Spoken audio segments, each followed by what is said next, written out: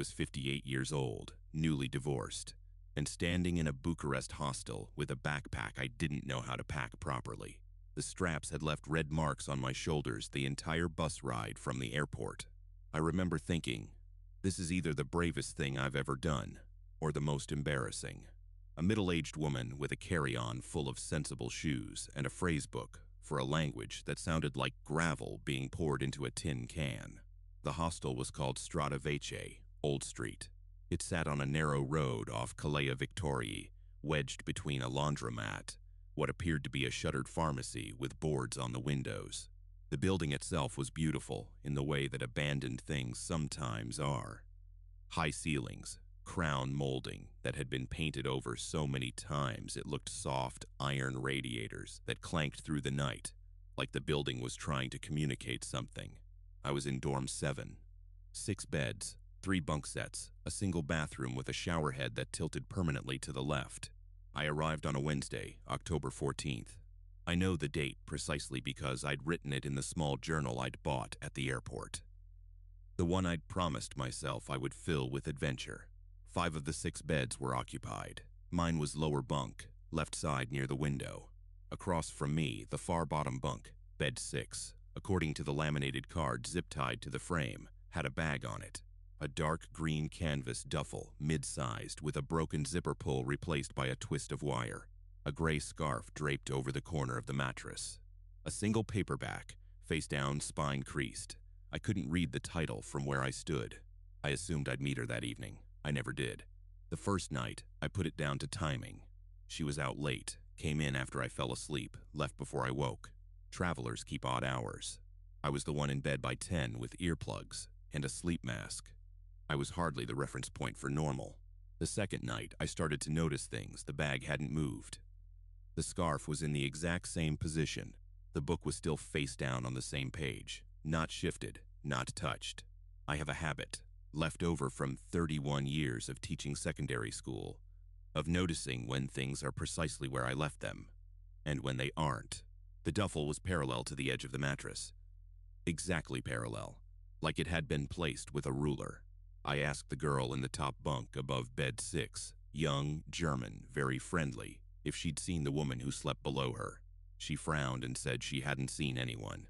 She'd assumed the bed was empty, and the bag had been forgotten by whoever checked out before her. I went to the front desk that evening and asked, as casually as I could manage, whether the occupant of bed 6 was still checked in. The young man behind the desk, 19, maybe 20, with a small gold earring and the particular blankness of someone working a night shift they resent, typed something, looked at his screen, and said yes. Checked in Sunday, checked out Friday. It was Thursday. I went back upstairs and looked at the bag again.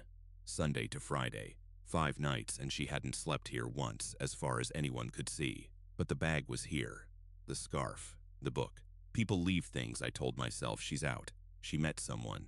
She's staying elsewhere and forgot her bag. Completely normal. I was being the peculiar one. I did not sleep well that night.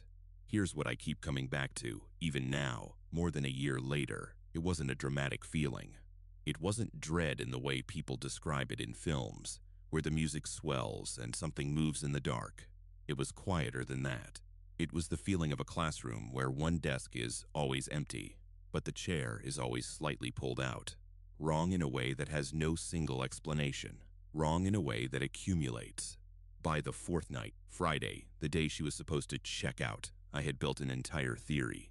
She was a digital nomad, perhaps, working odd jobs, sleeping on a friend's couch nearby, using the hostel locker for storage because it was cheaper than a rental, or she was shy, or she had met someone on the first day and was essentially living with them across town. I ran through every rational explanation I could generate, and I held them in my head like stones in a pocket, heavy and reassuring. Then I noticed the padlock. There was a locker beneath each bed, a flat metal drawer bolted to the frame with a hasp for a personal lock. Bed 6's locker had a padlock on it, small brushed steel, combination style. I had walked past it 4 times a day for 4 days and not consciously registered it until that Friday afternoon when the light came through the window at a low autumn angle and caught the metal directly.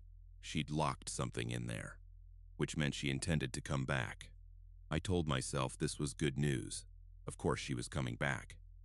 People don't abandon padlocked lockers. That night I lay in my bed and listened to the building settle, and I thought about the scarf. Gray wool, hand-knitted by the look of it. The stitches were uneven in a particular way that machine knitting never is. Someone had made it for her, or she had made it herself. It was cold in Bucharest in October. She'd left her warm scarf in the dorm, and she hadn't come back for it in 4 nights. I got up at 2 in the morning and stood at the window and looked down at the narrow street below. A cat crossed through a puddle of streetlight. 2 men stood outside the laundromat, smoking, not speaking. Nothing else. Saturday, 1 day past her checkout date. I went back to the front desk this time, without pretending I was casual about it. I said directly, "The woman in bed 6, her checkout was yesterday and her bag is still there. Has she extended her stay?" The same young man checked his screen. Different expression this time. A small frown, a click of the mouse. He said the booking had expired. She hadn't extended. He said they'd need to clear the bed if she didn't come back by noon. I asked if they had any way of contacting her. He glanced at the screen again and said there was a phone number on the booking, but he couldn't share it. I asked if he could call it himself and check on her. He said he'd pass it to the manager. I went upstairs and sat on my bed and looked at her things and thought about what kind of person I was. Was I being intrusive? Was I manufacturing a problem because my own life felt unmoored and inventing someone else's crisis gave me something to focus on?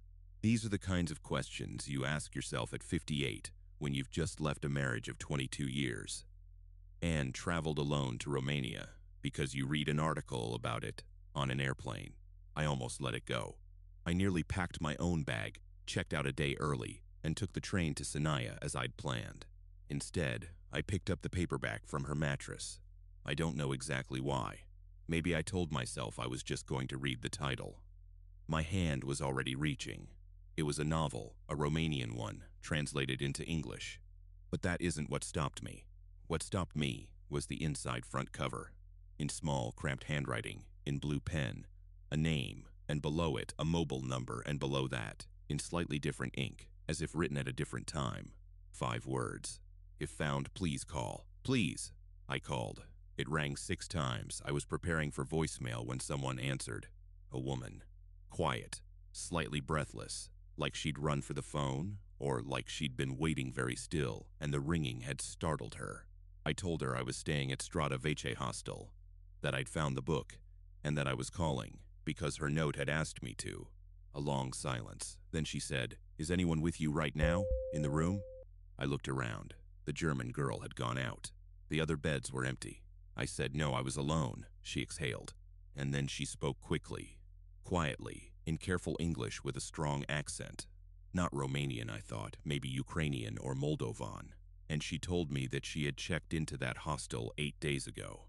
Not 5, 8. And that on the 2nd day, she had realized the man who had followed her from Kiev to Warsaw to Krakow had found her again. He was staying somewhere nearby. She didn't know where. She had left the hostel and had not gone back because she didn't know if he was watching it. She had left her bag deliberately because it looked like she was still there. Because if he was watching, she wanted him to think she hadn't run. She had nowhere else to store her things. The locker had her passport in it. Her money, everything. She asked me if there was a man. Had I seen any man who seemed to be watching the hostel entrance? Asking about her, coming back more than once. I thought about the 2 men outside the laundromat. The one who had been there the night I arrived, and again on Thursday, and I felt the floor of my stomach drop, again last night. I didn't know if it was the same man. I genuinely did not know. I told her what I'd seen, as precisely as I could. I told her I was a former schoolteacher from Leeds, and that I had no idea what I was doing, but that I was standing in her room, holding her book, and I wanted to help her if she would let me. Another silence. Then she told me what she needed. The gray scarf was not a scarf. Folded inside it was a second phone, a cheap prepaid one, half charged. She needed me to bring her the scarf and the book, and to say nothing to the hostel staff about our conversation. She would tell me where to meet her. I stood there in Dorm 7 of the Strada Vecchia hostel in Bucharest on a cold Saturday in October, with a dead marriage behind me and an empty journal and red marks still fading from my shoulders, and I thought, this is not the adventure I planned. I picked up the scarf. I said, "Tell me where." She did. I went. I noticed him on my third night. That's the part that bothers me most, looking back. Not that he was there, but that I'd walked past him twice a day for 3 days, without my brain flagging it as something that needed attention. That's how it works, I think. The mind edits out what doesn't fit the story it's already telling. And the story I was telling myself was simple. I'm in Chiang Mai. I'm staying for 2 weeks. I'm going to eat well and sleep cheap and maybe do a cooking class and not think about the job I'd just quit or the flat I'd given up or any of it. The hostel was called Fa Sai. It means clear sky in Thai, the owner told me when I checked in, pointing upward as if to demonstrate. It sat on a lane just off Moon Muang Road, maybe a 7-minute walk from the night bazaar, close enough to hear the distant bass from the bars on weekend nights, but far enough that you could pretend you were somewhere quieter. 3 floors, teak wood staircase worn smooth in the center, thin mattresses that smelled faintly of the lemongrass detergent they used on the sheets. I was in a 10-bed dorm on the 2nd floor, but by my 2nd night, I'd learned that only 4 of the beds were ever actually occupied at once. Low season. The ceiling fan turned slowly enough that it seemed decorative rather than functional. The common area was on the ground floor. A few rattan chairs, a low table with a basket of takeaway menus, a small kitchen with a kettle, and a jar of instant coffee that was always empty, and a desk. The front desk, which was really just a wooden counter with a monitor on it, a drawer that was always slightly open, and a stool behind it. He sat on that stool. His name, according to the laminated staff card pinned above the monitor, was Niran. Late 30s, maybe early 40s. Hard to say with certainty. He had a wide, flat face and very still eyes, and he wore the same dark blue polo shirt every time I saw him. Whether it was one shirt or several identical ones, I couldn't tell. He didn't smile often, and when he did, the smile didn't travel past his mouth. On my 3rd night, I came back from the night bazaar at around 11:30, and he was at the desk. Fine, night shift. Expected. I nodded, he nodded, I went upstairs. At 3:15 in the morning, I woke up needing water. I had a bottle in my bag, but I'd put it under the bed and didn't want to wake the guy in the bunk above me. He was a light sleeper, Finnish, very polite about it, but visibly exhausted, so I decided to go down to the kitchen and use the tap. I patted down the teak staircase in socks. The common area was dim, one lamp on near the door, the monitor at the front desk casting a pale rectangle of light, and Niran was at the desk, same stool, same position, both hands flat on the counter, facing the staircase, not reading, not on his phone, not doing anything at all, just sitting, facing forward, in the dark. He looked at me when I appeared at the bottom of the stairs, and he said, in careful English, "Good evening." Not good morning, good evening, at 3:15 a.m. I said good evening back. Because what else do you say? And I went to the kitchen and filled a glass and drank it at the sink with my back to the room, and I could feel the back of my neck doing something I don't have a precise word for. Not prickling, more like bracing. The way you brace before something loud. Nothing happened. I went back upstairs, lay in the dark and told myself, night shift workers sit at their desks. That is the entire job. He was doing his job. By day 6, I had a system. Not a conscious one. I didn't sit down and decide to track him. But somewhere in the back of my mind, a pattern had begun assembling itself without my permission, the way your eye keeps returning to a crack in a wall, even when you're trying to look somewhere else. Every night I came home, he was at the desk. Every night between 2 and 4 a.m. when I woke. And I was starting to wake more easily, I noticed, which was itself a thing worth examining. I would lie still and listen, and sometimes I'd hear the stair creak. The 3rd step from the bottom had a specific sound, a low complaint, and I'd learned it by accident. I'd hear it once, maybe twice, just the 1 step, like someone standing on it and then stopping. I started sleeping with my shoes on. I know how that sounds. I know how all of this sounds, which is part of why I didn't say anything to anyone for the first week. Travelers are already paranoid people. We carry our passports in chest pouches and memorize the address of our embassies, and convince ourselves every stomach ache is the beginning of something serious. I was aware I could be manufacturing this entire thing from boredom and anxiety, and the particular unease of having walked away from my entire life with no plan. Maybe Niren was just a quiet man who was good at his job. Maybe I was a man with too much free time and too many sleepless nights, connecting dots that didn't form a picture. Then on day 9, I found the door. Not a secret door, nothing dramatic. Just the door to the dorm bathroom, which I'd used every day, and which had a full-length mirror on the inside. I'd left my wash bag on the small shelf below the mirror, and when I went to get my toothbrush that morning, I looked up at my own reflection and noticed, in the gap between the mirror's edge and the door frame, a small dark circle, about the size of a coin, set into the wall at mirror height. I stood very still for a long time. Then I pulled my phone out, turned on the flashlight, and looked at it directly. A hole, drilled clean. Could have been anything. An old hook mount, a screw that had been removed, a ventilation issue. Could have been there for years. The plaster around it was painted over, which meant it wasn't new. I covered it with a folded piece of toilet paper, pressed against the wall, with a strip of medical tape from my first aid kit. Probably meaningless, probably nothing. That afternoon, I sat in a cafe 2 streets away and drank iced coffee and made a list in my phone notes of everything I'd observed, in chronological order, with times where I could remember them. It took me 40 minutes. When I finished, I read it back to myself and felt something settle into place like a key turning over. It wasn't any single thing. It was the sequence. It was the fact that every time I looked up, he was already looking at me. Not glancing over, already looking. The way you look at something you've been watching for a while. There's a version of this story where I confronted him, where I printed out my notes and put them on the desk and said, "I know what you are," where I got some kind of answer. That is not what happened. What happened is that I went back to the hostel, walked past him without making eye contact, went to my dorm, sat on my bed, and thought very carefully about the next 4 days. My booking ran through Sunday. It was Wednesday. I had paid for 5 nights remaining. I packed my bag in 20 minutes. Everything. Clothes, wash bag, the medical tape with the toilet paper still stuck to it, which I put in my pocket without quite knowing why. I stripped the sheets off my mattress and folded them, which is a strange thing to do when you're frightened. But I'd been taught to always leave a space the way you found it, and apparently that wiring doesn't disconnect under stress. I booked a room at a different place, a small guest house, family-run, near Nimmen Road.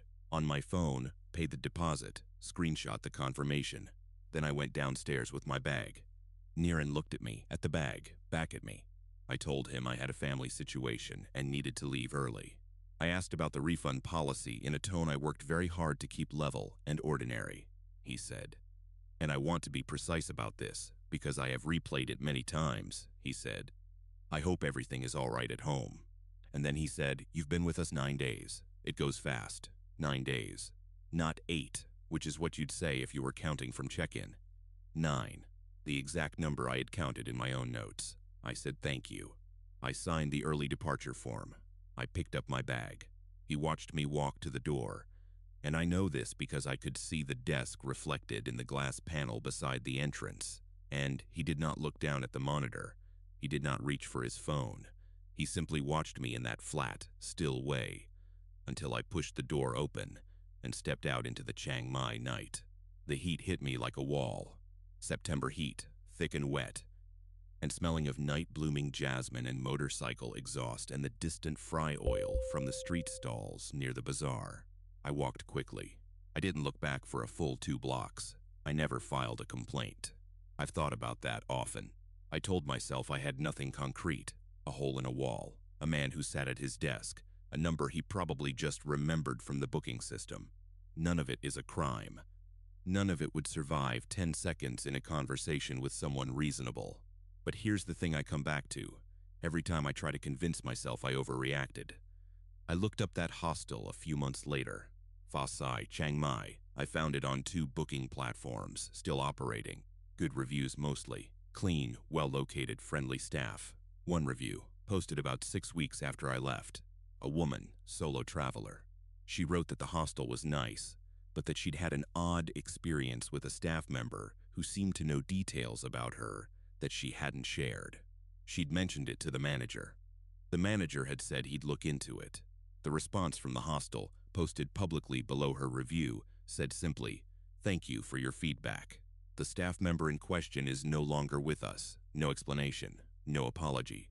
Just that one line, sitting there beneath her words like a full stop at the end of a sentence that should have been much longer. No longer with us.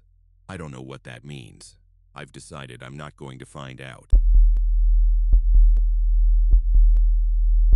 We didn't talk about it for 6 months after we got home. Not because we'd agreed not to. We hadn't made any kind of pact or decision. It was more that the subject had a texture to it that neither of us wanted to touch.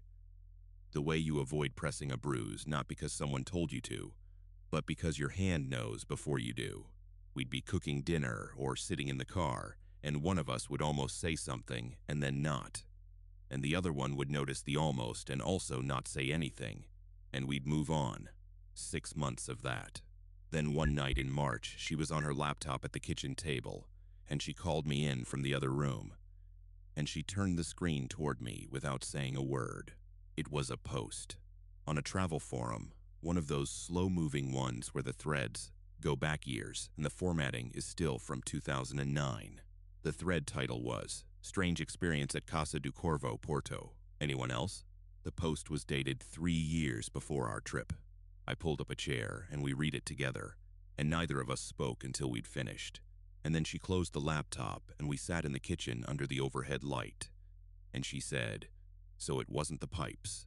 That's where this story actually begins. Not in Porto, not in the hostel. It begins in a kitchen in March with my partner saying 4 words that confirmed something we'd spent 6 months not confirming. But I'll tell you about Porto first, because you need the sound before you can understand why those 4 words hit the way they did. We arrived on a Thursday evening in late October. The flight from Edinburgh had been delayed 2 hours. The taxi from the airport had a broken meter the driver seemed genuinely unconcerned about. And by the time we reached the hostel, we were carrying the specific exhaustion that comes not from physical tiredness, but from too many small frustrations compressed into one day. The kind of tired that makes you snappish about things that don't matter. Casa do Corvo, House of the Crow, was on a steep lane in the Bairro de Sé, the old cathedral district. The building was a converted townhouse, 4 stories, painted a deep ochre that had faded to something closer to sand. The entrance was through a blue-tiled archway, and the tiles were the intricate geometric kind, hand-painted, the sort that people photograph constantly, and that I'd seen on every Porto travel blog I'd looked at before the trip. But these ones had something slightly wrong about them. Not the pattern, which was technically correct, but the color, slightly too dark. Like the blue had been mixed in low light. Inside was better. Warm wood floors, white walls, a small courtyard visible through the back window, with a lemon tree and a single iron chair. The woman who checked us in was efficient and pleasant, and gave us a map with 3 restaurants circled in red pen. She put us in room 7 on the 3rd floor, a private double, which we'd splurged on because it was our anniversary trip, and we'd both agreed hostels were fine. But a shared dorm for an anniversary felt like a statement we didn't want to make. Room 7 was small and clean, and had a window that looked onto the lane. The radiator was old. A big cast iron thing painted over many times in white, standing against the wall between the bed and the bathroom door. It knocked when it came on, the way old radiators do. We noticed it the first night, registered it as exactly what it was, and filed it away. The sound we heard was not the radiator. It started on Friday night. We'd been out for dinner, salt cod, local wine, the cobbled street outside the restaurant lit orange, and we got back around 11 and were in bed by midnight. The room was dark, except for the ambient glow of the lane coming through the gap in the curtains. She fell asleep quickly, the way she always does. I lay awake for a while in that useless half-alert state of the first night somewhere new. At some point past 1 I heard it, from the wall to the left of the bed. the wall that the room shared with. I had to think about the layout, the bathroom of the adjacent room, or possibly a utility space. I wasn't certain. A sound, rhythmic, slow, not mechanical and not random. Deliberate is the word I kept coming back to, even in that first half-asleep moment of registering it. It sounded deliberate. The rhythm was roughly 3 slow beats, a pause of about 4 seconds, 3 slow beats again. Not knocking exactly. Heavier than knocking, but not loud. The kind of sound that wouldn't wake you if you were asleep, but that, once you'd heard it awake, you couldn't unhear. Like a fist pressing against the wall, rather than striking it. Pressure, rather than impact. I lay there and counted the cycles. 14 of them before it stopped. Then silence for what I estimated was 20 minutes. Then it began again. I woke her. She listened. She said, "It's probably the pipes, old building, old plumbing." I agreed because I wanted to agree. We went to sleep. On Saturday night, it was there again. Same time, somewhere between 1 and 2. Same rhythm. Same wall. This time, she heard it without me waking her. I know because I felt her go still beside me in the particular way. That means she's listening, rather than sleeping. We lay there together in the dark, listening to it and not talking. And I found that I didn't want to speak, not because there was nothing to say, but because speaking would mean we were both taking it seriously, and taking it seriously felt like a door I didn't want to open in a foreign city at 2 in the morning. In the daylight on Sunday, we explored Ribera District, the river, the Dom Luis Bridge. We ate pastéis de nata and drank espresso, and she took photographs of the boats. Neither of us mentioned the sound in the way you mentioned something that needs discussing. We mentioned it the way you mention weather, briefly, laterally. She said the walls must be thin. I said old buildings settle. We moved on. Sunday night, same wall, same rhythm. But this time, and this is the part that changed the quality of everything, this time, when the first sequence stopped and the silence came, something happened in the silence. A sound, different from the rhythm, single, very quiet, coming from the same place in the wall, but somehow above the rhythm rather than part of it. The closest I can describe it. Like someone exhaling slowly with their mouth pressed against the plaster. Not a voice. No shape of a word. Just breath, controlled, directed. She gripped my arm. I know exactly where her hand was, because the next morning I had 4 small marks. We lay completely still until it stopped. Then I got up and turned on every light in the room. And we sat on the bed and looked at the wall, and I said, "I'm going to say something, and I need you to not think I'm being irrational." She said, "Okay." I said, "That does not sound like any pipe I have ever heard." She said, "I know." We didn't sleep again that night. In the morning, I went to the front desk and I asked, as carefully as I could phrase it, whether there was any construction happening in the building, any maintenance in the walls, any known plumbing issues on the 3rd floor. The woman at the desk, not the same one who'd checked us in, older, with reading glasses on a cord, looked at me with an expression I have spent a long time trying to categorize. It wasn't confusion. It wasn't dismissal. It was something more careful than either of those. She said there was no construction. She said the building's plumbing had been updated 4 years ago. She said if we were having any discomfort, she could offer us a room on the 2nd floor. I said, "Has anyone else reported sounds from the 3rd floor?" A pause, brief but real. She said, "Old buildings make many sounds," which was not an answer. We took the 2nd floor room.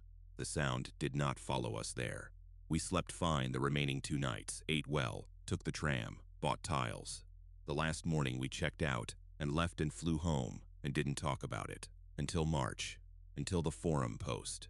The post was from a solo traveler who'd stayed in room 7 3 years before us. He described the same wall, the same rhythm. He'd written it out as a sequence. 3-beat, pause, repeat, which is exactly what I would have written. He'd stayed 4 nights and heard it every night. He'd asked the staff and been told it was the pipes. He was posting to ask if anyone had experienced the same. There were 6 replies. 2 were from people who hadn't stayed there and were offering general explanations. Pipes, rodents, the house settling. 1 was from someone who'd stayed in a different room and heard nothing. But 3 of the replies were from people who had stayed in room 7. Different years.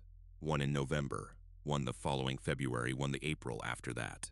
All three described the same sound, same wall, same time of night, same rhythm. One of them, the February guest, had written one additional line that the others hadn't. She'd written, "On my last night I heard breathing. I convinced myself it was my imagination. Reading this thread, I'm not sure anymore." We sat with that in the kitchen in March and didn't say anything for a long time. Then she reached out and closed the laptop and said, "I don't want to look up what's on the other side of that wall." I told her I already had. According to the building's floor plan, which I'd found on a Portuguese architectural heritage registry, Casa do Corvo is a listed building. Its layout is public record. Room 7's left wall does not border another room. It does not border a bathroom or a utility space. It borders a section of the building that, on every floor plan filed since 1987, is listed as sealed. Not storage, not structural, sealed, no access point shown, no explanation given. Just a shape on a blueprint with nothing inside it and a word in Portuguese that I had to look up. The word was fechado, closed. The first thing he said to me was that he liked my shoes, not in a line delivery way. Not the way men sometimes say things like that with a particular weight behind it that you're supposed to receive as a compliment, but lands more like a claim. He said it the way you'd tell someone their jacket was inside out. Observational, almost offhand, already looking back at his drink by the time I'd processed it. We were in the common room of the hostel, a Wednesday evening in early November. Medellin, sitting outside the windows. In that particular way it has, loud and golden and smelling of arepas from the cart on the corner, and petrol from the buses grinding up the hill. The hostel was called La Ventana Verde, the green window. It was on a street in El Poblado that turned into a river when it rained, which it did. Every afternoon with the reliability of a schedule. 4 stories, painted yellow, with a rooftop terrace where people gathered at sunset to watch the city go amber below them. It was the kind of place that had a chalkboard with the Wi-Fi password on it, and a free salsa class on Thursdays, and a communal dinner on Fridays that the staff cooked themselves. The kind of place specifically designed to make solo travelers feel immediately less alone. It worked on me. I'd been on the road for 6 weeks by then, and I was at that particular point of solo travel where the freedom you'd fantasized about starts to have a kind of hollow echo to it. You see something beautiful and your first instinct is to turn to someone, and there's nobody there. I was ready to talk to people. I was ready to let my guard down a little, which is, I think now, exactly the condition he was looking for. His name, the name he gave me, was Marco. Colombian Italian, he said, which explained the look and the accent that shifted registers depending on who he was talking to. Tall, angular face, the kind of easy smile that arrives before the sentence does. He was staying in the mixed dorm on the 2nd floor. I was in the women's dorm on the 3rd.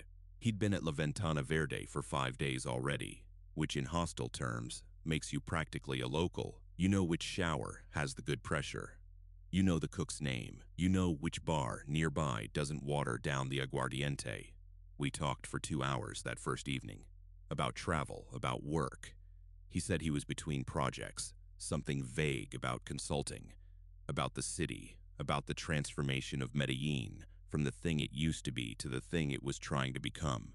He was a good conversationalist in the specific way that means he made you feel like a good conversationalist. He asked questions and actually listened to the answers. He remembered things you'd said earlier and referenced them naturally. He laughed at the right moments. By the end of the evening, I thought, this is one of those people you meet traveling who restore your faith in the whole project, the ones who make you remember why you left. I went to bed feeling lighter than I had in weeks. The first thing I noticed, and I want to be clear that at the time I noticed it as a warmth rather than a warning, was that the next morning at breakfast he already knew how I took my coffee. I hadn't told him. We'd only had beer the night before.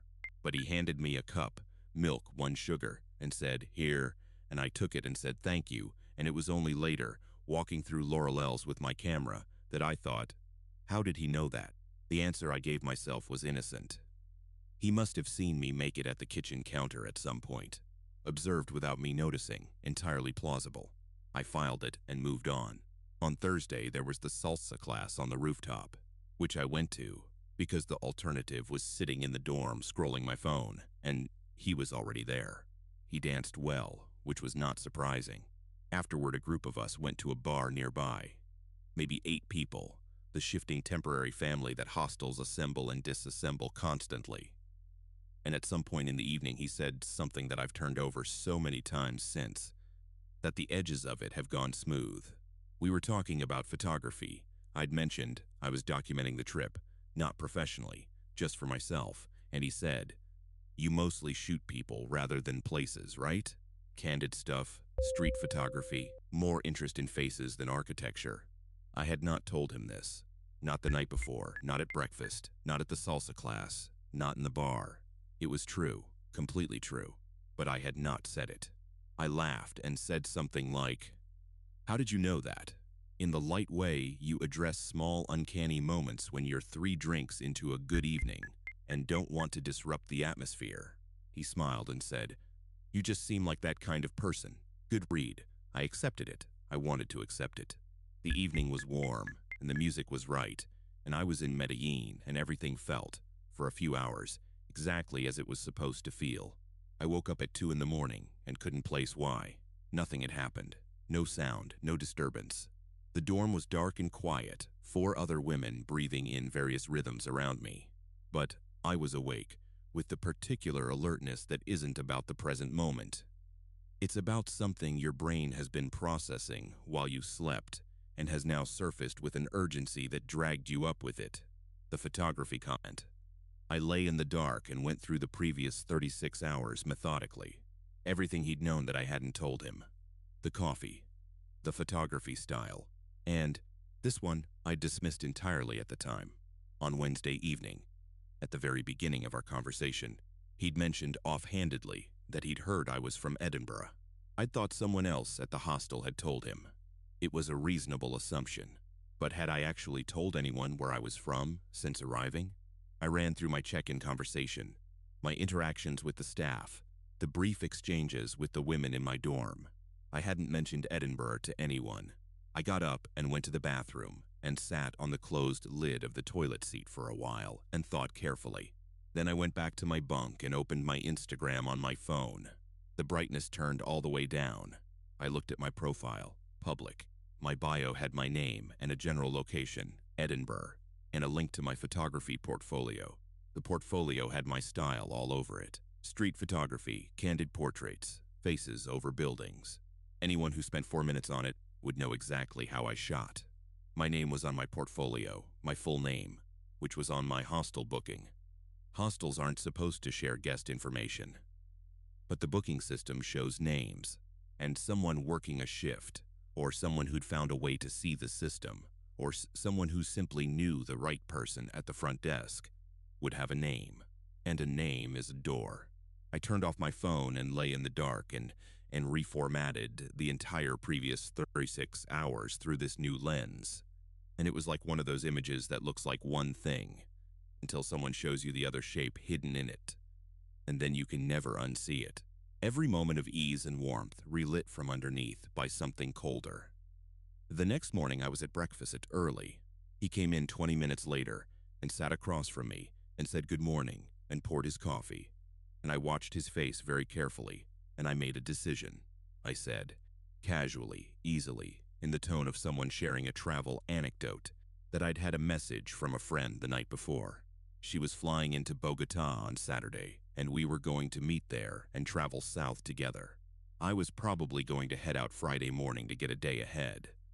I watched him receive this. His expression didn't change in any dramatic way. The smile stayed, but something behind it made a very small adjustment. A recalibration was the word that came to me later, like a camera refocusing on a subject that had moved. He said, "That's great. Bogota is worth a few days." He said, "Your friend, is she also a photographer?" I had not said my friend was a woman. I said yes, we'd met on a workshop. I finished my coffee. I said I had errands to run before leaving, and I was going to be a bit scarce today. He said, of course, enjoy the city." I went upstairs and I moved every valuable I owned into my day bag. Passport, cards, backup cash, hard drive. I put my main backpack in the locker and kept only what I needed for the day. I spent the day in the city, genuinely, because Medellin deserves to be walked even when you're frightened. And being frightened in a city is still better than being frightened in a room. I checked out the next morning at 7, before he appeared for breakfast. At the front desk I asked, as I was signing out, whether guest names were visible to other guests or to all staff members. The woman behind the counter looked at me with a kind of careful neutrality and said guest information was private. I said, I'm sure it is. I took my receipt and my bag and walked out into the early Medellin morning, the street still wet from yesterday's rain. The Arapa cart already set up on the corner. The city going about its life entirely unbothered by mine. In Bogota, I made my Instagram private. I took my full name off the portfolio. I changed the contact form to a generic one, with no identifying information. I still think about the shoes, though. The very first thing he said, that he liked my shoes. My most recent Instagram post before that trip. 4 weeks before I arrived in Medellin, a street shot, feet down, the Edinburgh pavement slick with rain. My shoes are in the bottom left corner of the frame. He'd seen them before he ever saw me walk through the door. We found it because of a smell. That's the part nobody asks about when you tell this story, and it's the part that matters most, because smells don't lie the way memories do. Memories shift and smooth themselves over time. They fill in gaps with what probably happened. They borrow details from photographs and other people's accounts. But a smell is just a smell. You either encounter it or you don't. And what we encountered on the second night in that hostel in Budapest was something that had no business existing inside a wall. There were 3 of us. We'd met at university, all studying different things. And this trip was the last one we'd planned before real life started separating us into different cities and different schedules, and the particular distance that isn't geographic but feels it. We'd done Athens the previous summer. Budapest was meant to be the send-off. 5 nights, enough time to actually be somewhere rather than just pass through it. The hostel was called Vasfal, Hungarian for iron wall, which in retrospect feels like the kind of detail a fiction writer would plant and a real person would miss, which is exactly what we did. It occupied the top 2 floors of a building on Rákóczi út, a wide boulevard in the 7th district, the old Jewish quarter.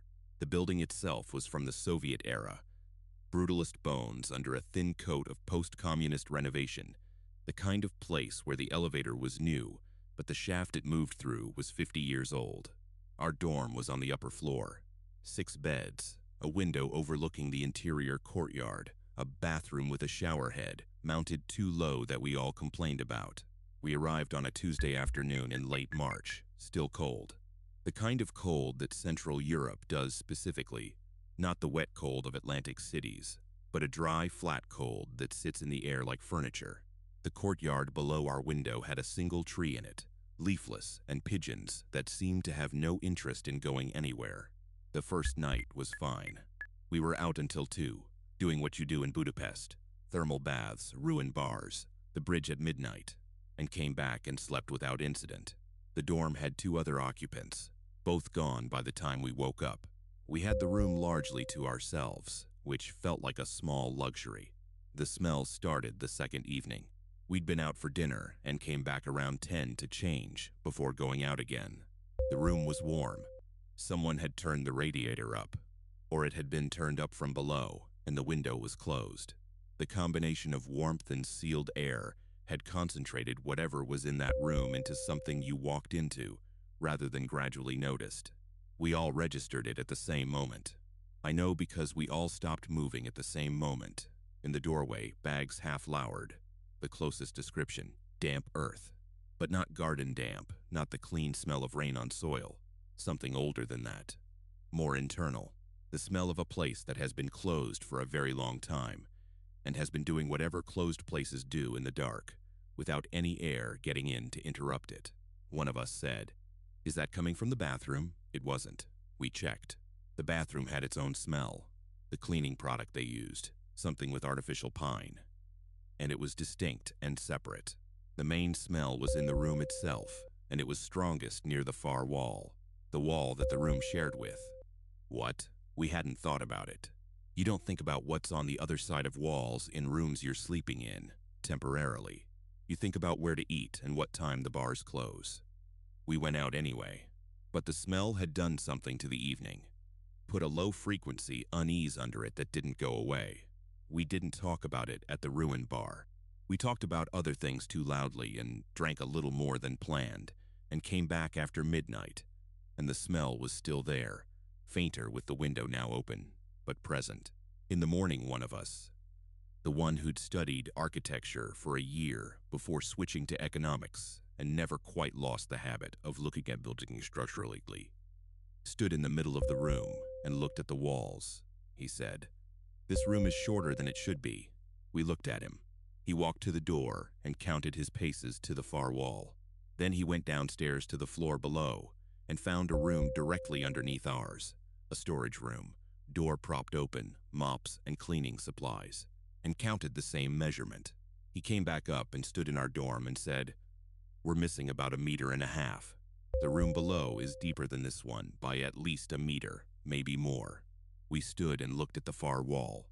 It looked like every other wall, painted the same institutional off-white, slightly scuffed at shoulder height. A small framed print of the Zayshenyi Bridge that hung very slightly crooked. No seam, no difference in texture, no indication that it was anything other than what it appeared to be. He pressed on it. Nothing. He knocked on it 3 times across the surface, listening. Then he stopped and knocked again, lower, near the floor. The sound changed. The first 2 knocks had been flat, solid, the sound of impact absorbed by dense material. The third knock near the baseboard was different. Not hollow exactly, not the theatrical hollow of a secret door in a film. More like the sound was traveling further before it came back. We looked at each other. Then we looked at the print of the Zayshenyi Bridge. It was the only thing on that wall, hung at chest height, slightly crooked, the wire on the back the old-fashioned kind, looped around a single nail. One of us lifted it off the wall. Behind it, the paint was a different shade. Not dramatically. You wouldn't notice from across the room. But up close, holding the frame away from the wall, the rectangle where the print had hung was very slightly whiter than the surrounding surface, as if the paint in that rectangle was newer, as if something had been covered over and then painted, and then, once the paint had dried, the print had been hung over it. In the center of that rectangle, a seam, hairline thin, running vertically, and at the bottom of the seam, barely visible unless you were looking directly at it from a low angle, with the afternoon light coming through the window at the right slant, a small, rusted hinge pin, the kind that sits flush with the surface when the door, if it was a door, was closed. Nobody said anything for a long time. Then one of us said, "We should tell the front desk," and another one said, "Let's just see if it opens first. I'm not proud of this." In retrospect, the correct decision was obvious, and we made the wrong one. And the reason we made it was the same reason people always make that decision, which is that curiosity is a physical sensation, and it had its hands on all 3 of us at the same time. He found the edge, the side of the panel opposite the hinge, and pressed. Nothing. Pressed harder, at the bottom. A sound. A dry, reluctant give, like something unsealing that had been sealed a long time. Then the panel moved. Not swinging. More like a section of wall deciding slowly to become a door. The smell came out first. Stronger. Much stronger. And underneath the damp earth layer, something else that we hadn't detected from the room. Something faintly biological, organic. The kind of smell that your body understands before your brain does. Your brain starts making arguments. Your body just takes a step back. The space behind the panel was roughly 1.5 meters wide, confirming his measurement, and appeared to run the full depth of the room. It was dark. One of us turned on a phone flashlight, a sleeping bag, rolled, not stuffed into a sack, just rolled and laid along the right-hand wall. Old. The fabric was the kind of synthetic material from the 90s, greenish, with a broken zip. Beside it, a plastic water bottle, empty and crushed flat. A pair of trainers, small, the soles worn through at the balls of the feet.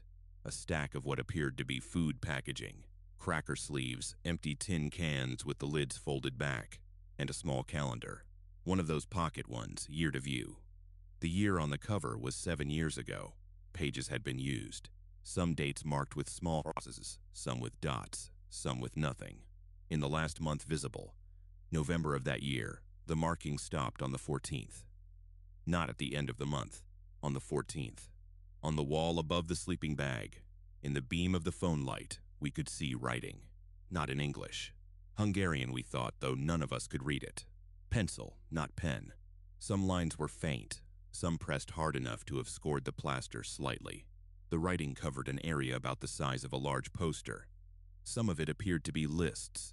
Some of it appeared to be sentences.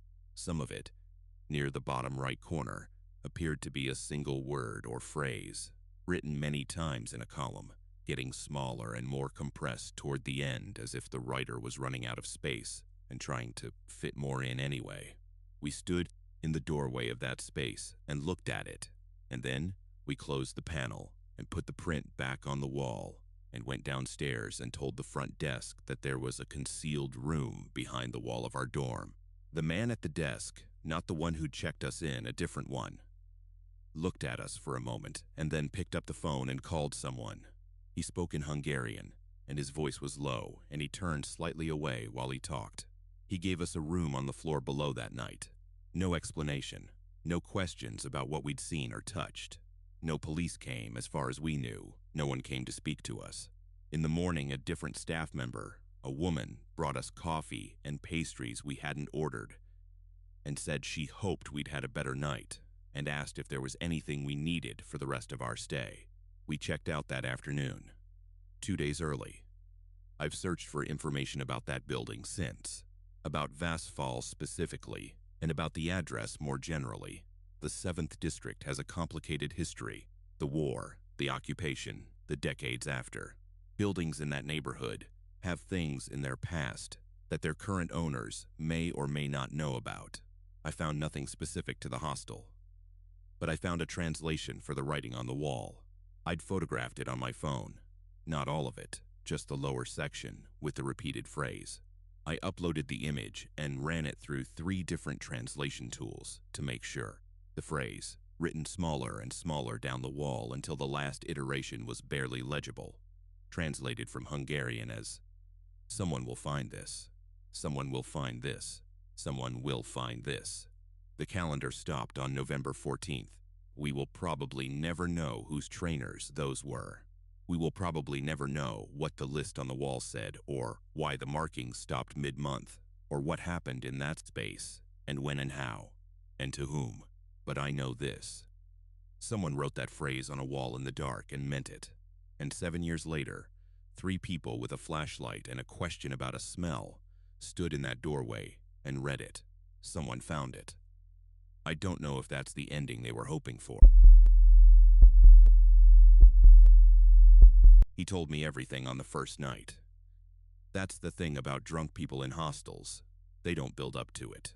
There's no preamble, no social calibration, no reading of the room.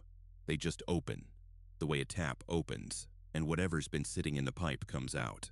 He was 3 bottles into the local Everest beer, sitting at the common room table in the Kathmandu hostel with his legs stretched out, and his eyes at that particular angle that means someone is talking to the ceiling as much as to you.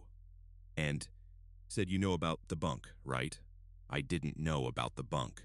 I'd arrived that afternoon, dusty in altitude he'd hatched from the bus, from Pokhara, and the man at the front desk had assigned me bunk 6 in dorm C without ceremony, without hesitation, without any of the energy that, I now understand, should have accompanied that assignment. I dumped my bag, showered, come down to the common room, looking for food recommendations, and found him instead.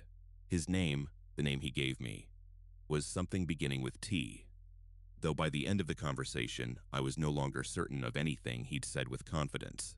He'd been volunteering at the hostel for 3 months, helping with the kitchen, fixing things, the kind of arrangement where labor trades for accommodation that attracts a specific type of long-term traveler.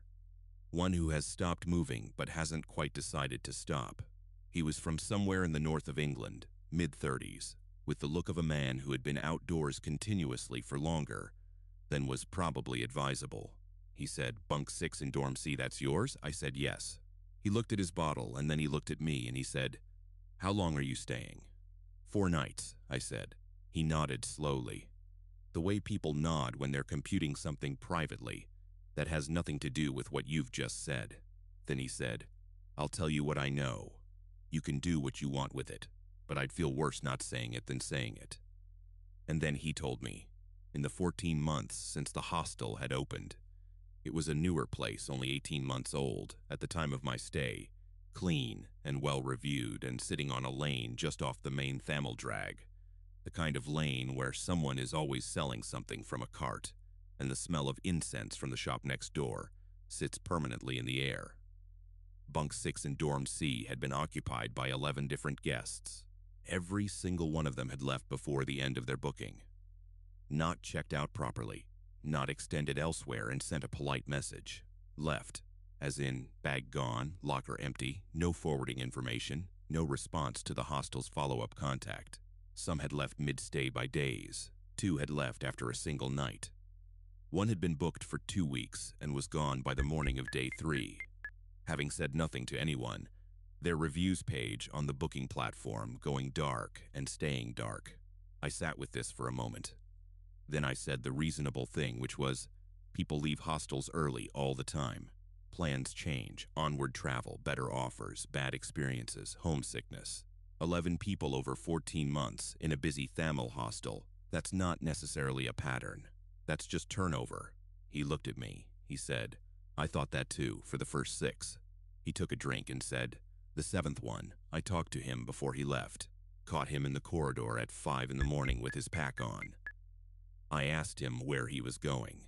He said he was getting the early bus to Chitwan. I said his booking ran 3 more days, and did he want me to sort the refund? He looked at me, and this is the part I keep thinking about. He looked at me the way you look at someone who has just said something completely beside the point. Like I'd asked him what he wanted for breakfast when the building was on fire. He said, "I can't stay in that room." And then he walked out. I said, "Did you ask him why?" He said, "I did." He stopped at the door and he turned around and he said, "Nothing happened. It's not that anything happened. I just can't be in there." And then he left and I never heard from him again. I leaned back in my chair and looked at the ceiling of the common room, which had a wooden beam running across it with prayer flags strung between the beam and the window, faded pink and yellow and white. Kathmandu does this to you. Puts beauty next to everything. Makes it harder to be straightforwardly unsettled. The incense from next door was still coming through the window. Somewhere outside, a dog was having an opinion about something, I said. "What do you think it is?" He said, "I have no idea." And I mean that genuinely. I've slept in that room myself, on the other bunks, and I felt nothing unusual. I've checked the mattress, the frame, the locker. There's no structural issue, no damp, no smell. The window opens and closes normally. The light works. There is nothing physically wrong with bunk 6 that I can identify. He paused. He said, "But I've been here 3 months, and I've watched 11 people leave that bunk early, and I've stopped believing in coincidence as an explanation." I went upstairs and stood in Dorm C and looked at bunk 6. Lower bunk, right side near the door. Unremarkable in every visible way. The mattress had the usual hostile plastic crinkle under the fitted sheet. The pillow was thin.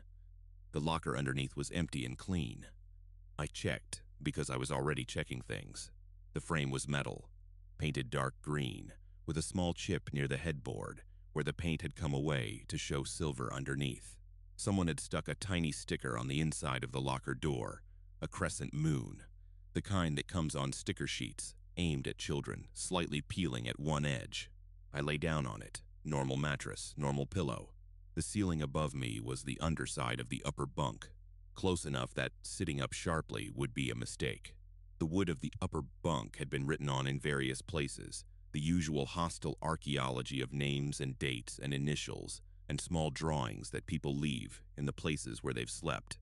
A human impulse so old it predates written language. I read some of them.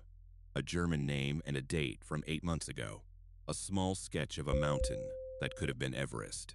or could have been a child's drawing of any mountain. The word peace in 3 different handwriting styles, as if multiple people had separately landed on the same conclusion.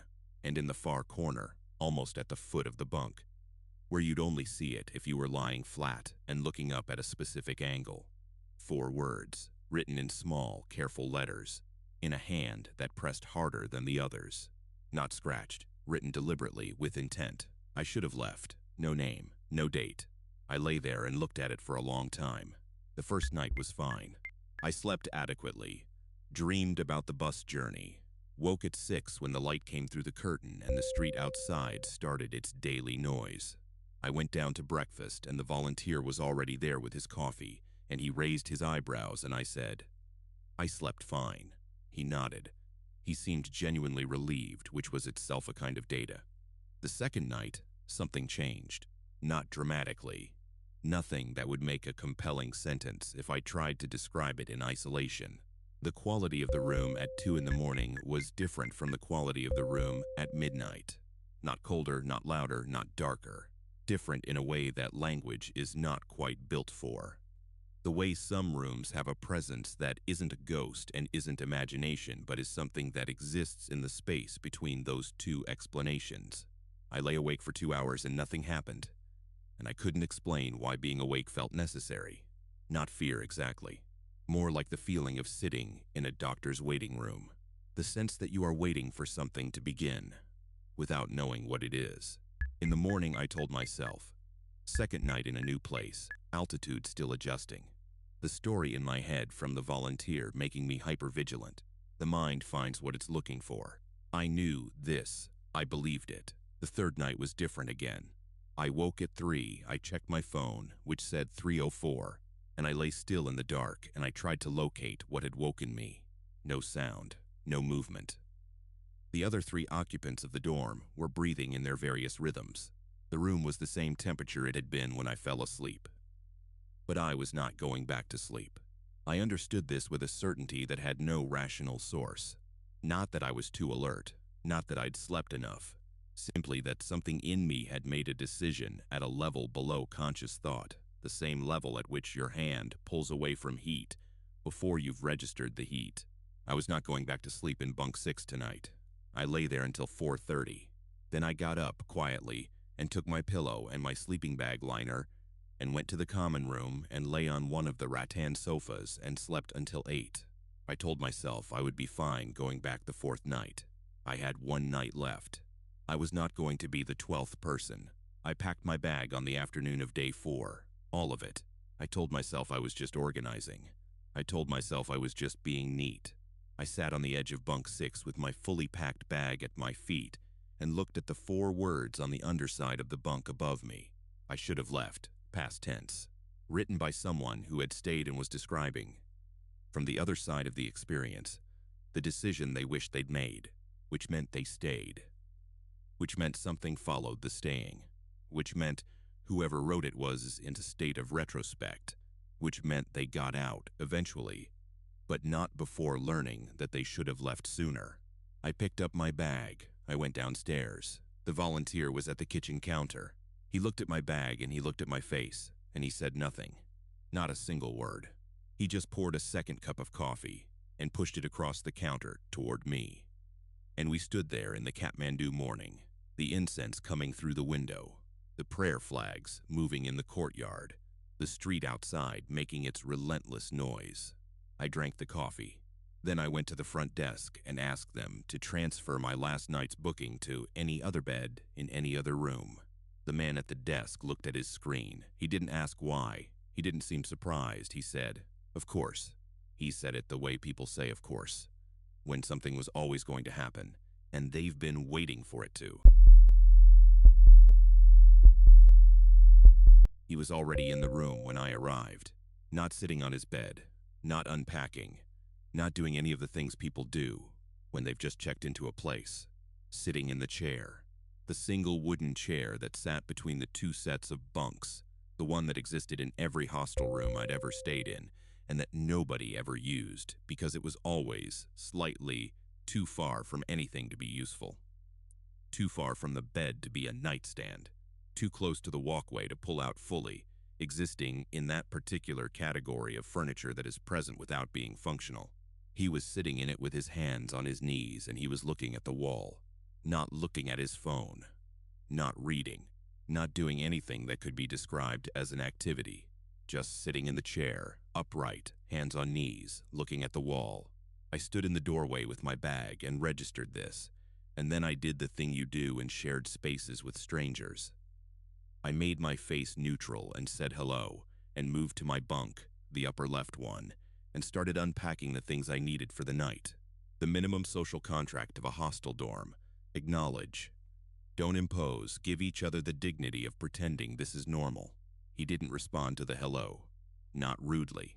Not with the pointed silence of someone who has heard you and chosen not to answer.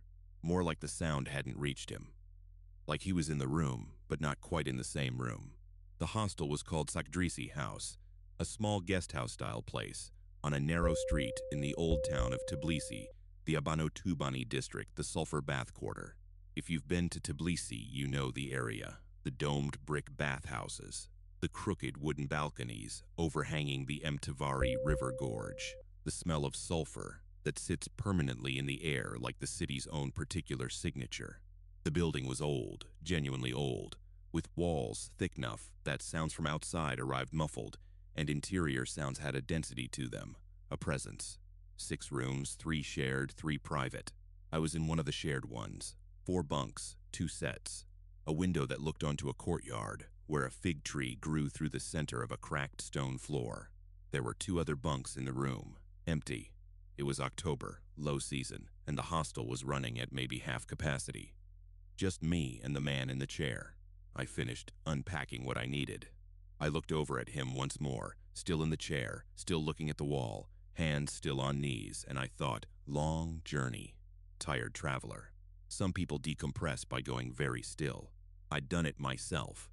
After particularly brutal travel days, that specific shutdown where your body has simply had enough of being in motion and requires stillness as a debt repayment. I gave him the mental grace of that explanation and went to find somewhere to eat. When I came back 2 hours later, he was in bed, his bunk, lower right, lying flat on his back with the sheet pulled to his chest and his eyes open, looking at the underside of the empty bunk above him. The room was dark, except for the light I'd let in from the corridor. I moved quietly, changed for sleep, turned off the corridor light, got into my own bunk. I lay in the dark for a while, the sulfur smell faint through the closed window, the sounds of the old town doing their nighttime version. Quieter, but not silent. Never fully silent in Tbilisi. Always something moving somewhere in those old streets. I don't know what time I fell asleep. I know what time I woke up because I looked at my phone, 2:38 a.m. The room was dark. I lay still for a moment, doing the half-asleep inventory of why I'd woken. Too hot, too cold, a sound, a dream. None of those. The room was the right temperature. No sound I could identify. Then I became aware of something that I want to be precise about, because imprecision here would make it sound more supernatural than it felt, and the way it felt was not supernatural. It felt deeply, specifically human, which was somehow worse. I became aware that someone was standing at the side of my bunk. Not moving, not touching anything, just standing in the narrow space between my bunk and the wall, at a position roughly level with my list, close enough that when I turned my head toward that side of the room I could see. In the thin, ambient light coming under the door from the corridor, a shape that was not the furniture. I went completely still in the way that is not a decision but a physical response. The body making its own choice to not move, to not breathe loudly, to become as small and undetectable as possible while the brain catches up. He was standing there, the same man, standing beside my bunk in the dark at 2:38 in the morning, not moving, not making a sound, facing, not me, not my face, not looking up at where I lay, but facing forward toward the window. The same posture as the chair, upright, hands. I couldn't see his hands, that was the part that kept snagging. I could see his shape clearly enough to identify him, to see the uprightness of the posture, but his hands were below my sight line from the angle I was lying, and I could not see what they were doing. I want to tell you I said something. I want to tell you, I sat up and said, "What are you doing?" or "Are you all right?" or even just his name. Except I didn't know his name because he hadn't told me, and I hadn't asked. I said nothing. I lay still. I controlled my breathing with a concentration that was its own kind of exhausting. I watched him in my peripheral vision, not looking directly. The same instinct that tells you not to make direct eye contact with something you're uncertain about. He stood there for a long time. I counted. Not from the moment I woke up, but from the moment I became aware of him. I started counting seconds in my head, the way you do when you're trying to impose structure on something that has no structure. I counted to somewhere past 300 before he moved. He turned, slowly, without urgency, the way you turn when you finish looking at something and are now going to look at something else. He turned toward my bunk, toward me, and for a moment he was facing me directly. And in that moment the ambient light from under the door fell across the lower part of his face, and I could see that his eyes were open. Then he walked back to his bunk, lay down, sheet to chest, eyes open, looking at the underside of the upper bunk, exactly as I'd found him when I came back from dinner. I did not sleep again that night. I lay in my bunk and watched the darkness and waited for the light to come under the window. And when it did, I got up, quietly, and went to the bathroom and sat on the floor of the shower cubicle with the water running and thought very carefully about what I had seen and what I was going to do about it. The explanations I ran through: sleepwalking. He was sleepwalking, eyes open sleepwalking, which is a real thing that happens, a documented phenomenon, and which would account for everything. The standing, the stillness, the not responding, the returning to bed without apparent awareness. This was the most reasonable explanation, and I held it carefully, and I wanted it to be true.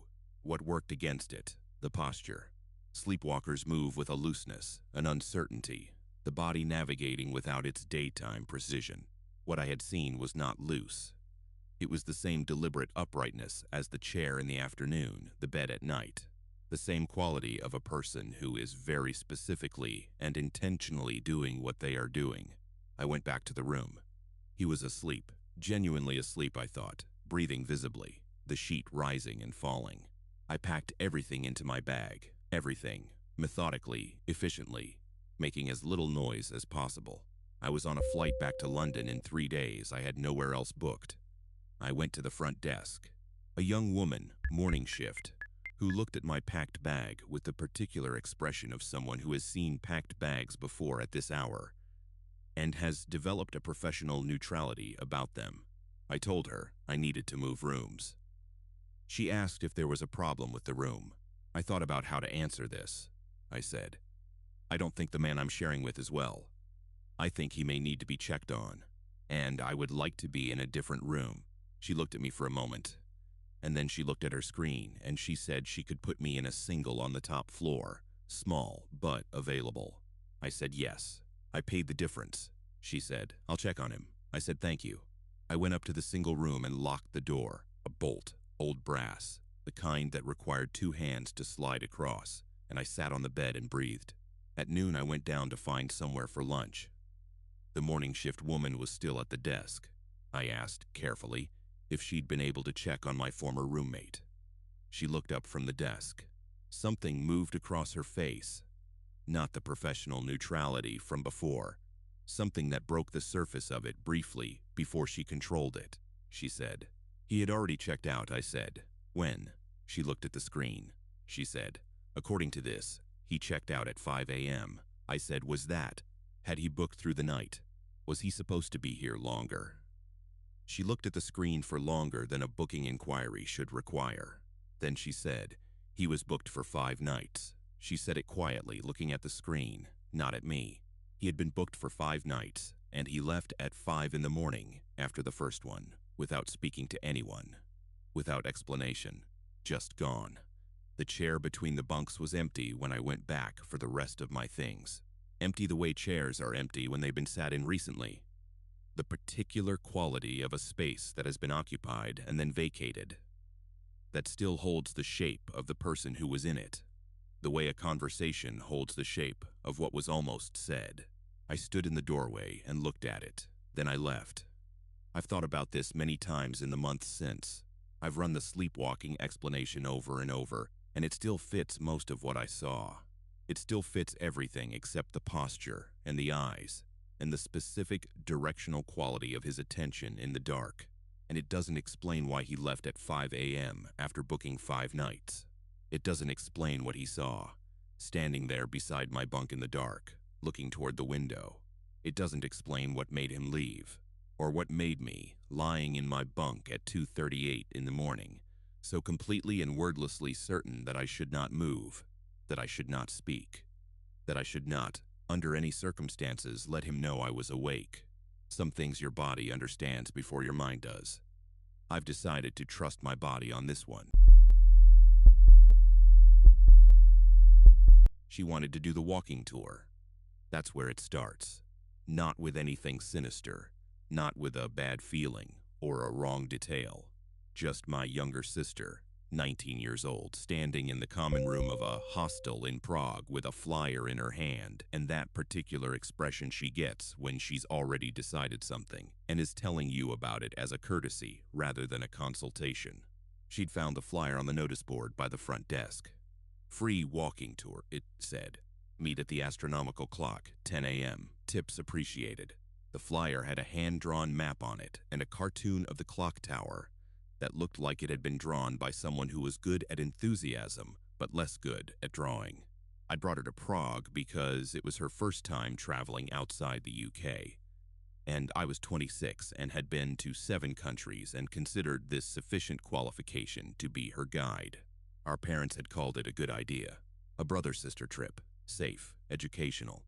I'd told her the things you tell first-time travelers. Keep your passport in the inside pocket. Don't leave your drink unattended. Stay aware of your surroundings. And she had listened to all of it with the polite patience of someone who is hearing advice they don't expect to need. The hostel was on Blois Street in the Old Town, 4 minutes walk from the square. It was called Bohemia Central. Large, well-reviewed. The kind of operation that runs smoothly because it has processed thousands of people through its doors and has the systems to prove it. 3 floors, a basement bar, a travel desk staffed by a rotating cast of people who could recommend anything from a day trip to Český Krumlov, to which pharmacy stayed open late. The notice board by the front desk had 30 or 40 flyers on it, overlapping, pinned over each other in layers like the geological record of every tour company and bar crawl that had ever operated in central Prague. The walking tour flyer was not from the hostel. I want to be clear about that because I checked afterward. I went back and looked at the notice board and asked the woman at the travel desk, and she confirmed that they didn't run walking tours and didn't officially endorse the operators on the notice board. It was a community board. Travelers pin things. The hostel doesn't verify. The flyer had been put there by whoever made it. We went to the astronomical clock at 10 a.m. on a Thursday in early April. Cold, gray sky. The kind of morning that Prague does well. Medieval and slightly oppressive. The stone of the old buildings, the color of a sky that hasn't decided what it's doing yet. The square was busy with the usual morning tourist population, people queuing for the clock's hourly mechanism, a school group moving in a tight cluster, with a teacher at the front holding a small flag on a stick. The guide was already there, standing slightly apart from the crowd, holding a small sign that said "Free Tour" in block capitals, handwritten on card. He was a man, somewhere between 35 and 50. It was genuinely hard to say. His face had the quality of someone who had spent a lot of time outside in variable weather. He was wearing a dark green jacket, the waterproof walking kind, with a wool hat pulled down to his eyebrows.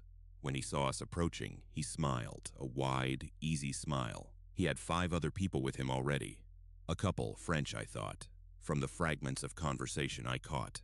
2 women traveling together, both with camera bags, and a man, solo, older, who stood slightly apart and was looking at his phone. 8 of us total. The guide introduced himself with a name I couldn't quite catch, something Central European, 2 syllables, beginning with what sounded like a K. He said he'd been giving this tour for 11 years. He said it in a way that was neither boastful nor modest, just factual.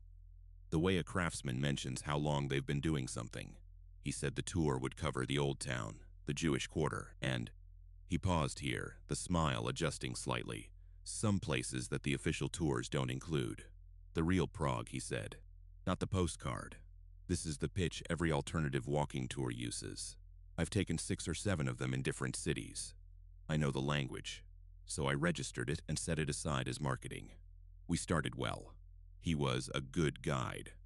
Knowledgeable, slightly sardonic, with the particular skill of making a group of strangers feel like a temporary community through the strategic use of eye contact and inclusive humor. He knew his history. He told us about the Jewish Quarter, with a weight that felt earned rather than performed. He took us through an arch I'd walked past twice the previous day without noticing, into a small courtyard that had a medieval well in the center and washing lines strung between the upper windows.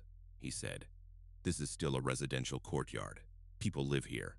The official tours don't come in because it isn't technically public space." We were quiet, like we'd been let into someone's home. About 40 minutes in, somewhere in the tangle of streets east of the Old Town Square, I noticed the group had changed configuration. This happens naturally on walking tours. People drift. The faster walkers cluster at the front near the guide. The slower ones, or the more distracted ones, fall to the back. It's organic and unremarkable. I was at the front, directly behind the guide, because I walk quickly and had been matching his pace. My sister, who stops to look at things, she photographs everything. Architecture, signage, cats on windowsills, had fallen to the back.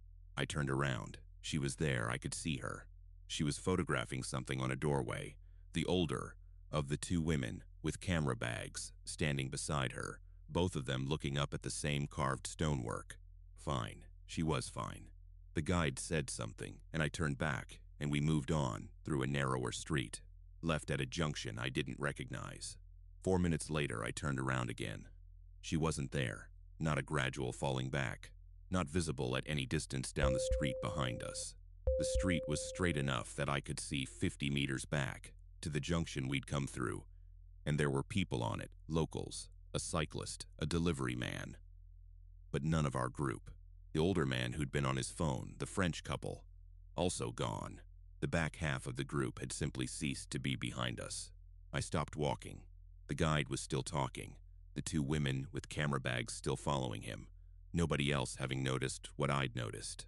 I stood still on that narrow Prague street and turned in a full circle, and felt something drop away in my chest in a specific and unambiguous way. The feeling that is not quite fear, but is fear's immediate predecessor. The moment before your body decides how seriously to take something. I said loudly, "Stop." The guide stopped. He turned. His expression was curious, patient. I said, "Where's the rest of the group?" He looked at the 4 of us, himself, me, the 2 women, and then looked behind us at the empty street, and his expression did something I watched carefully. Not surprise, not concern, something more like a very rapid internal assessment. Kind of look that lasts half a second and is gone before you could describe it to anyone. He said, "They must have fallen behind. It happens, we can wait." His voice was easy, reasonable, the voice of someone who has managed 100 minor group logistics problems. I said, "I need to find my sister, right now." "Where did we just come from?" He pointed back the way we'd come and named a street. I didn't know the street. I pulled out my phone and opened maps, and the GPS was doing the thing it does in dense medieval city centers, orbiting vaguely around a general area rather than landing on a specific point. I left the group. I didn't say anything else to the guide, didn't wait for him to respond, just turned and walked fast back toward the junction. What followed was 38 minutes that I am not going to dramatize, because the dramatization wouldn't add anything to what it actually was, which was one of the most purely awful experiences of my life. 38 minutes of walking fast, and then running through streets I didn't know in a foreign city looking for my 19-year-old sister who had been behind me 40 minutes ago and was now not anywhere I could see, my phone GPS spinning uselessly, my calls going to her voicemail because she'd mentioned at breakfast that her battery was low and she'd forgotten her charger. I found her at the junction of 2 streets I couldn't name, standing with the older man who'd been on his phone and the French couple. all of them looking slightly bemused. She was fine, completely fine, she said. The group had just seemed to split naturally. She'd stopped to photograph the doorway, looked up, and the front of the group had gone around a corner, and by the time she got to the corner, there was a choice of two directions, and she'd taken the wrong one. She'd been walking in circles for 20 minutes. The older man had found the French couple, and they'd all found each other by coincidence, standing at the same junction, all having made the same wrong turn. She didn't understand why I was breathing the way I was breathing, I said. Why didn't you call me? She held up her phone, black screen, dead. I stood on that junction and looked at her. And I did the thing where you compress all the fear into a very small space and push it somewhere it can't be seen. Because she was fine, and being visibly wrecked about it would only frighten her, and she was fine. We went back to the hostel. We didn't look for the guide. I didn't want to find the guide. That evening I went to the notice board and found the flyer. I turned it over. The back was blank. No company name, no website, no contact number. Just blank card. I went to the travel desk and described the guide. The woman thought for a moment and said she didn't recognize the description. She said there were a lot of independent operators running tours in the old town, mostly cash in hand, mostly unregistered, and the city didn't formally regulate them. I said, "Is that safe?" She said, Mostly. I thought about the moment the group split. I thought about the street that was straight for 50 meters and had been empty of our people. I thought about the guide's face when I said stop. That half second of something that wasn't surprise and wasn't concern. I thought about how easy it would be, in a city you know very well, to navigate a group through a series of turns that would naturally separate the fast walkers from the slow ones. How easy it would be to know exactly where people end up when they take the wrong turn at a certain junction. How easy it would be to know the streets and use that knowledge in a direction that most tourists would never think to consider. I don't know what the guide intended. I don't know if he intended anything. I don't know if it was 38 minutes of ordinary urban confusion that I've subsequently built into something darker because of what my imagination is capable of when my sister is not where I can see her. She was fine, and that is the ending, and I know it should be enough. It almost is. The locker had someone else's padlock on it. That was the first thing. Not dramatic, not frightening, just a minor administrative inconvenience, the kind that hostels produce constantly. The background noise of shared living. I'd been assigned locker 14 in dorm B, ground floor, and when I crouched down to check it, there was already a padlock on the hasp. A small one, black, combination style. The dial worn smooth in the way that means it had been used many times by the same hands, turning it the same way. I went back to the front desk and told the man. Early 20s, local, with the specific brand of efficient friendliness that well-run Auckland hostels cultivate. That my locker had someone's lock on it. He looked mildly surprised, the mild surprise of someone encountering a small administrative error rather than anything larger. He said he'd sort it. He asked me to give him 20 minutes. I went and made coffee in the kitchen. The hostel was called Tamaki Backpackers, a mid-sized place on a street in the CBD, 10 minutes walk from the waterfront, the kind of building that had been a commercial space in a previous life and had been converted with just enough money to make it functional without quite making it comfortable. The floors were polished concrete. The kitchen had industrial shelving. The windows were large and industrial and let in a flat, diffuse Auckland light that made everything look slightly overexposed, like a photograph taken without shadow. I'd been in the city for 6 weeks already, working in a cafe 3 days a week, and the hostel was my third since arriving. I'd moved twice due to pricing, the way you move around a city when you're on a working holiday budget, trading convenience for cost and back again. I was not a tourist here. That distinction mattered more than I expected it to when I first arrived. I knew which bus to take and where to get the good cheap ramen and which neighborhoods to avoid at 2 in the morning. I knew the staff of this hostel by name after 3 days, because I was here every day rather than out being a tourist, and knowing the staff by name is a different relationship than being a guest. You see things differently. You notice the operational layer underneath the hospitality surface, which is why I noticed the locker thing differently than a passing traveler might have. When I came back 20 minutes later, the man at the desk, his name was something beginning with J, I always called him J in my head, told me the lock had been removed and locker 14 was mine. I asked, out of the mild curiosity of someone who is present enough to ask questions, whose lock it had been. He said it was from a previous guest whose checkout had been. He paused in a way I didn't register as significant until later. Complicated, I said. Complicated how? He said, they left without collecting their belongings. It happens sometimes. We hold things for 30 days and then donate or dispose, I said. How long ago was this? He said, a while back. Not a number. A while back. I noticed this the way you notice a slightly wrong note in a familiar song. Not enough to stop the music, just enough to create a small interior question mark. I went to the locker. Clean inside. The previous occupant's lock gone, the interior wiped down. But on the bottom surface of the locker, in the back left corner, where the cloth wouldn't have reached easily, there was something small and pale. I almost missed it. I reached in and picked it up. A sticker, circular, about the size of a $2 coin. The kind of sticker you buy in a sheet. Decorative, the sort with a small illustration on it. This one had a tiny illustrated bird on it, a fantail. The Poatiti-how, the Maori name. The small darting bird that follows you through the New Zealand bush. And that means, depending on who you ask and when, either a greeting or a warning. I put it on the inside of the locker door because it seemed wrong to throw it away, and I thought nothing more about it for 4 days. On the 5th day, something happened that I want to describe carefully because the sequence of it matters more than any individual moment. I was in the kitchen making dinner.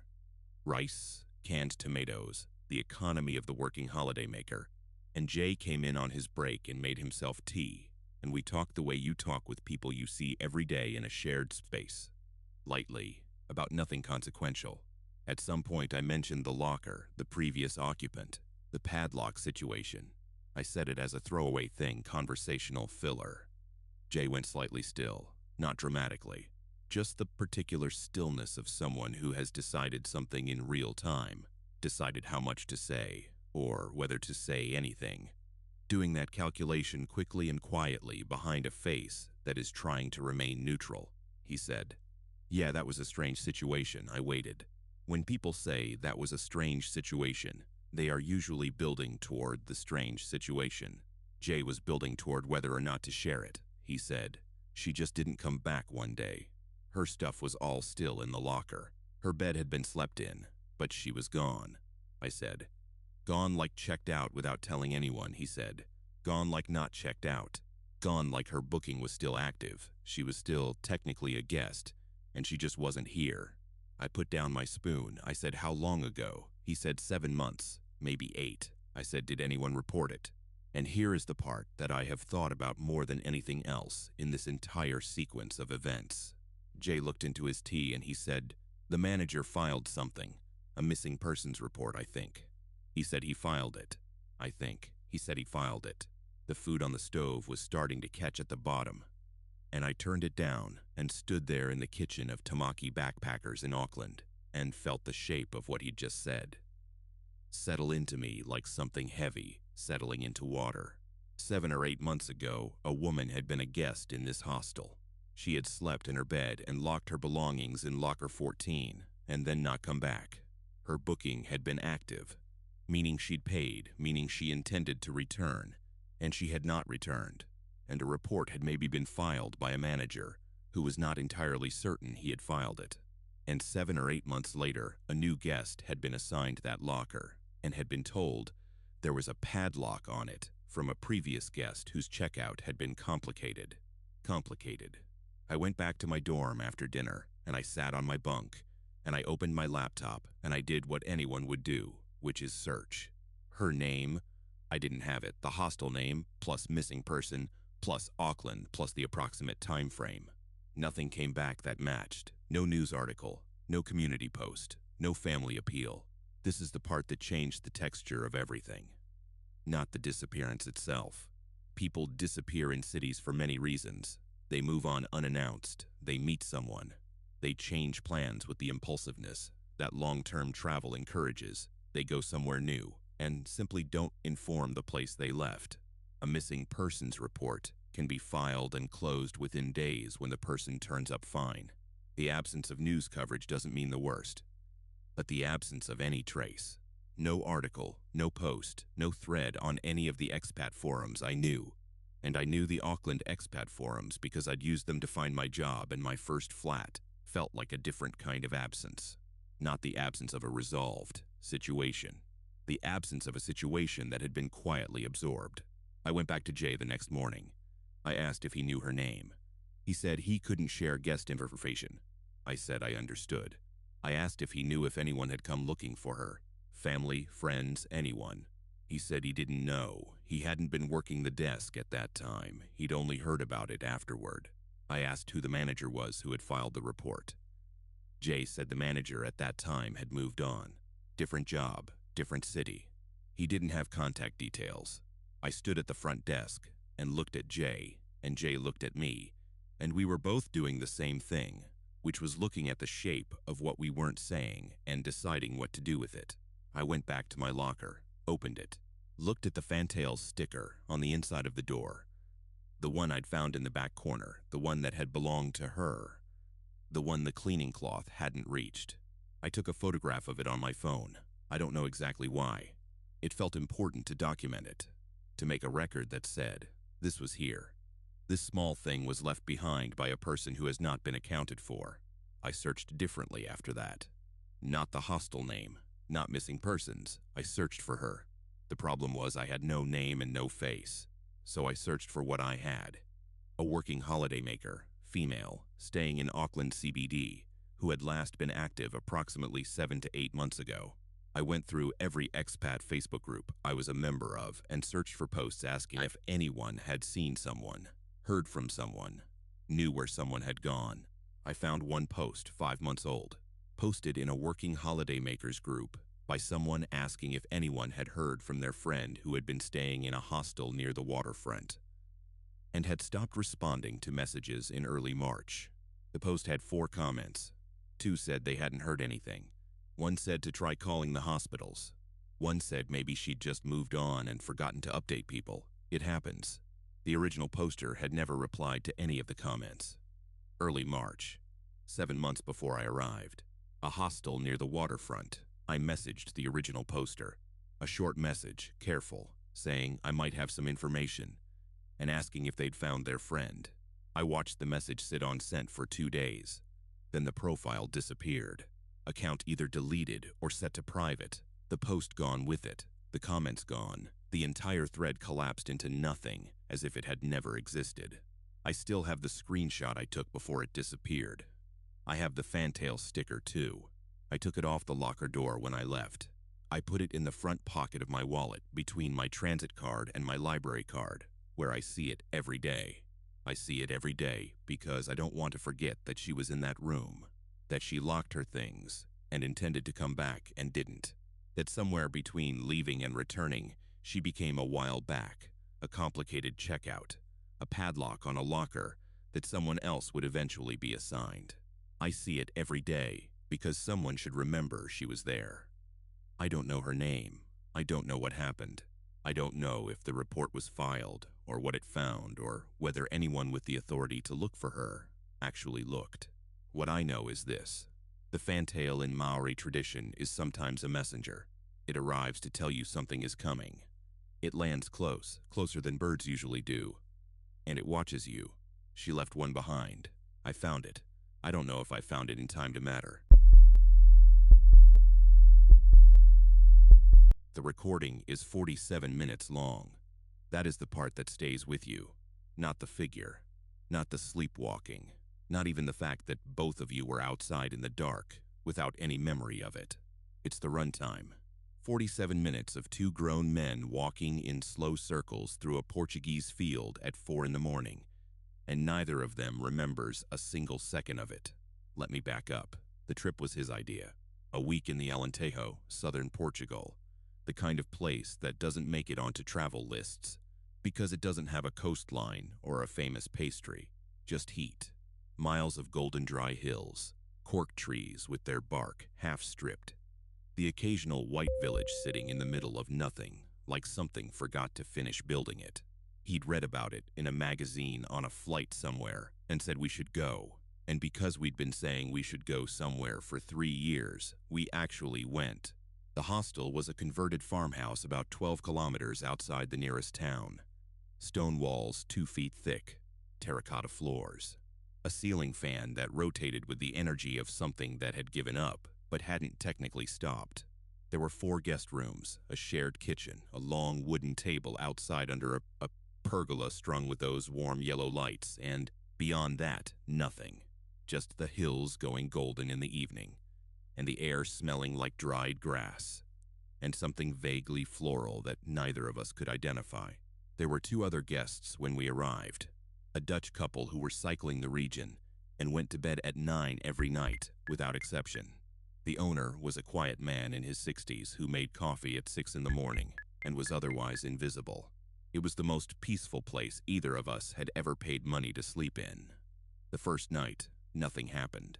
The second night, I woke up at 3:40-something, and his bed was empty. I wasn't alarmed at first. He'd mentioned the heat was keeping him up. I assumed he'd gone to get water, or was sitting outside in the dark the way he sometimes did at home when he couldn't sleep. Just existing somewhere quiet until his brain settled. I checked my phone, put it down, and was most of the way back to sleep when the door opened and he came in. He got into bed without saying anything. I asked if he was okay. He said, yeah, just couldn't sleep, went for some air. I said, okay. He said, sorry for waking you. I said, you didn't. We both went to sleep. In the morning, he didn't mention it.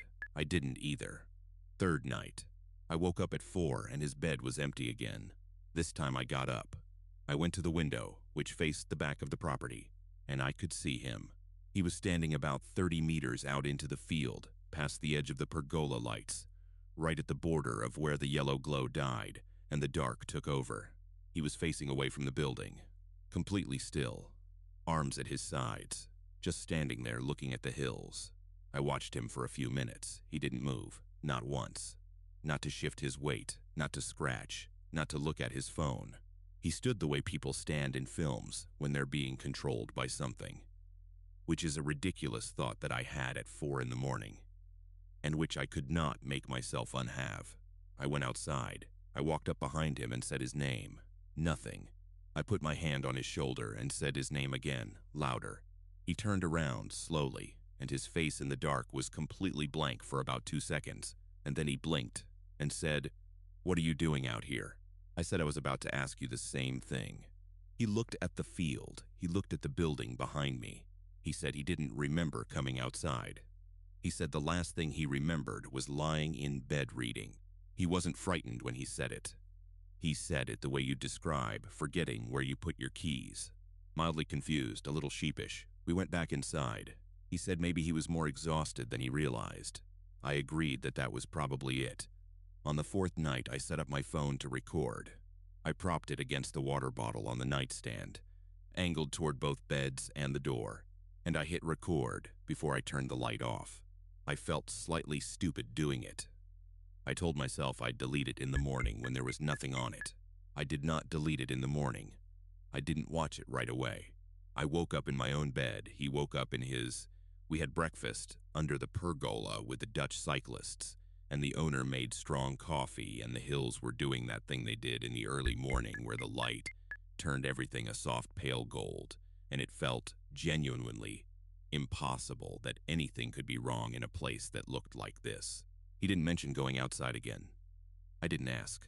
I watched the recording after he went to shower. The first 40 minutes are completely normal. 2 men sleeping, the ceiling fan turning, occasional sound of something outside, wind maybe, or the cork trees doing whatever cork trees do at night. Then at 4:11, his bed is empty. Not he gets up and leaves. I don't mean that.